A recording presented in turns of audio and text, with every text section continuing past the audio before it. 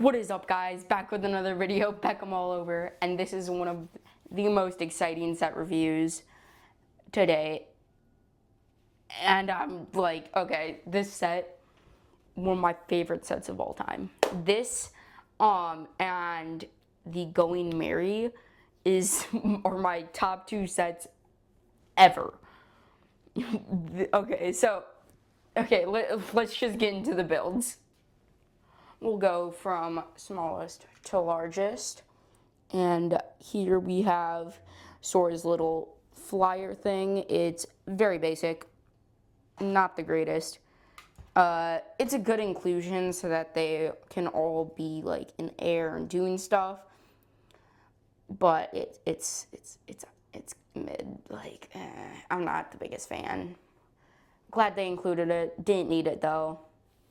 I think they could have trimmed off one piece, so the set would have been 1,111 pieces. But, oh well. Put that back in the corner and move on to arguably the best part for some people. But this is the spectral or skeleton dragon. And it looks very like basic and like blocky, kind of like not the greatest build. Still looks amazing. Love it. But the best part, if you've seen season 3 part 2, you'd know what happens. This connects with the one and only Thunderfang, the Shattered Dragon of Chaos. So I'm going to show you how it connects and how this comes apart. So this on the neck, there's 2 ball joints. Oh wait, I should probably go more in depth in this. Basically, jaw with this to make it look like eyes. This goes up and down a little bit. These go just up and down. Oh my gosh, that keeps falling off. That sucks. These swivel on ball joints. These go up and down on ratchet joints again. Ball joint, tail, ball joints. Okay, that's pretty much all you need to know. There is a small throne on it, but that's not really that important. You gotta connect this because it's super annoying. But first, you take off the neck on the ball joints. Then you take off the feet, including the Technic piece. You need that for the transformation. Take off that. Take off these little like wispy pieces in the toothpaste color. Put those down. I like taking this off. I'm not the biggest fan of it because Thunderfang's not going to be tamed, but I'll keep it on. Never mind, it fell off. I am not getting that again. I don't care. Take the legs, take off the entire tail on this ball joint. Take off the toes, or claws, or whatever. Come on. It's not meant to be this hard. I'm just really bad at getting stuff off of clips. So we'll put those off both feet. Cool. Then this is the only part you don't need. So you can throw that off to the side. You know, I'll grab it for the video and display, but if it falls off one more time, I swear I'm not getting it. I do not care. Okay, then ready to transform. Thunderfang. Grab them, whatever pose, just generic thing. We'll start with the arms. On the left arm, you get the head and neck. Apparently, it's supposed to be able to connect on this small clip here, but it doesn't work for me, so I like just putting it on the hand, like this. I feel like it looks better and it's better for posing. Then moving up, we grab one of the feet, whichever one you want, and put it right here in the arm, like, bended thing. I don't even know what I'm saying at this point. Oh my gosh. Get in there, these stupid Technic pins. This is why I don't get Technic sets. Okay, we got one. But we got that now. We'll just move to the head. You get the little wispy things. Connect them right here. If you can see that on the mouth. And do that on the other side. You can, boom. You can see the head has those little things. Then on the right arm, you do the same thing with this Technic thing. I swear if this isn't easier than the first time, I'm gonna be so mad. Oh my gosh. Worst part about Technic pins, they add for like great areas to connect stuff, but okay. We got them. And then tail, put it the same way. And I like doing it like this.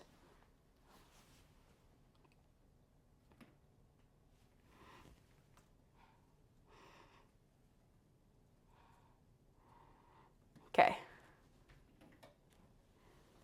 Cool.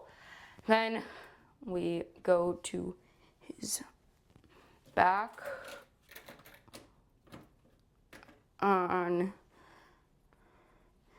First you open up the rib cage so you can connect on properly. You see those studs there. Connect it on there. Like so. You could do it one like stud up, but I find that, never mind, you cannot because of this piece. This is really bad angle. But that's what it looks like from the back. You can close in the rib cage as much as you can. And he basically just has a second pair of wings. Oh my gosh, he's too tall. There. Then the back by like the tail, where it connects to the like tail. On these clips, I always wondered what would go here because no one ever showed it, but I saw one video that did attach the toes right here. I'm like, oh, that makes so much sense because why would they leave those so empty? But now it's done. This is Spectral Thunderfang. Well, not technically spectral, but close enough. We'll put this in the way back because it looks better on here, in my opinion, than as the actual side build, which is kind of wild that the secondary feature for it is better than the original. Okay. Hopefully people don't stare at that. That was a lot of work just to put together Thunderfang. I was not expecting that, but this is the main mech form.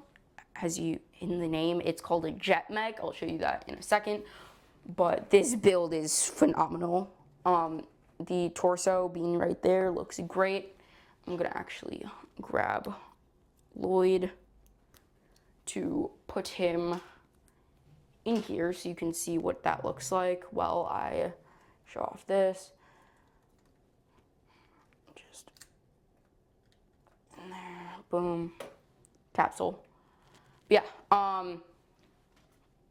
these legs have pre-bent knees, but they're barely bent, which I think looks great. These feet are amazing. Best feet on a mech that I've seen. But having the slight tilt side to side and front back looks great. This little thruster you could do like up for flying, here for like a big kick of some sort, or super speed or whatever, but it looks great. Oh, it is hard to balance on this base plate though, but that makes sense. The back of the feet have little thrusters, which looks great. And on the arms, there's these plates and wings and panels and stuff, which is the wings, which you'll see in a minute or two. But yeah, that looks great. This area has a sticker here and some great pieces. Looks great. Get it? Great. Did not mean to do that, but yeah.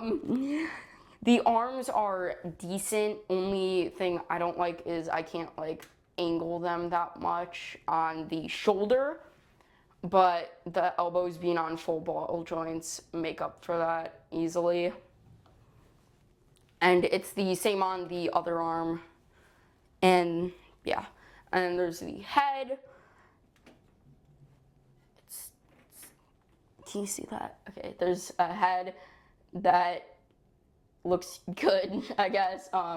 You can spin it around if you want to have, oh, and I broke it. Okay, if you want this, like the little blasters turret thing to show, but this is the one meant for the actual mech form. But now, we're not gonna have it in mech form, we're gonna go jet. So you just, on the hands, these are connected with a Technic axle. You can close up the hands if you want. And then this sword, which uses the, I forgot what it's called. Why is my brain, like, dying? It's something from, I think it's like season 13. Prime Empire. Yep, you connect that on here. Same with the other side. A little clip. Boom, boom, boom. Okay, we got that now. We turn the head around. Flip it down like this. Go like that. So now it's a turret. Angle the arm, or do the legs actually first. There's a Technic pin right there. And you just find the right angle and it just slots in, boom. Then the feet, you can line them up. They're smooth on the bottom, which isn't the greatest for stability on the mech build, but it's needed for the main, like the jet form. So I think it's fine. It's not terrible for stability, but it just looks so much better. Then you can angle the wings out and connect the other Technic pin on the back panels. And it looks like this from the top. This is a very hard set to show off because it's so big. Yeah. But it looks great, has the little things. It's meant and shown having it straight out, but I prefer having them angled back like some other creators. And it looks a lot more like a jet. You can see like this. Looks great. But yeah, I personally prefer a mech because it's easier to display for me. And also, I love big robots. So we'll do the transformation in reverse. Start with this paneling, boom, out, legs out, flip it around, head down, flip this around, this out, take off the sword.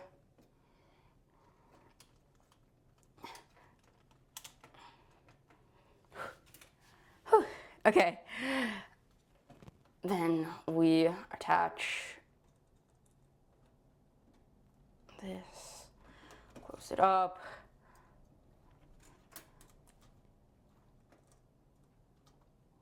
attach that, check. Boom, tilt those down, and it's back in jet mode. Whew. A lot of work for that. A lot of transforming and taking apart stuff in this set. Not the Jetmech build, because they built it really well where you don't have to take off basically anything. Yeah, we can finally put this back here and get on to the minifigs.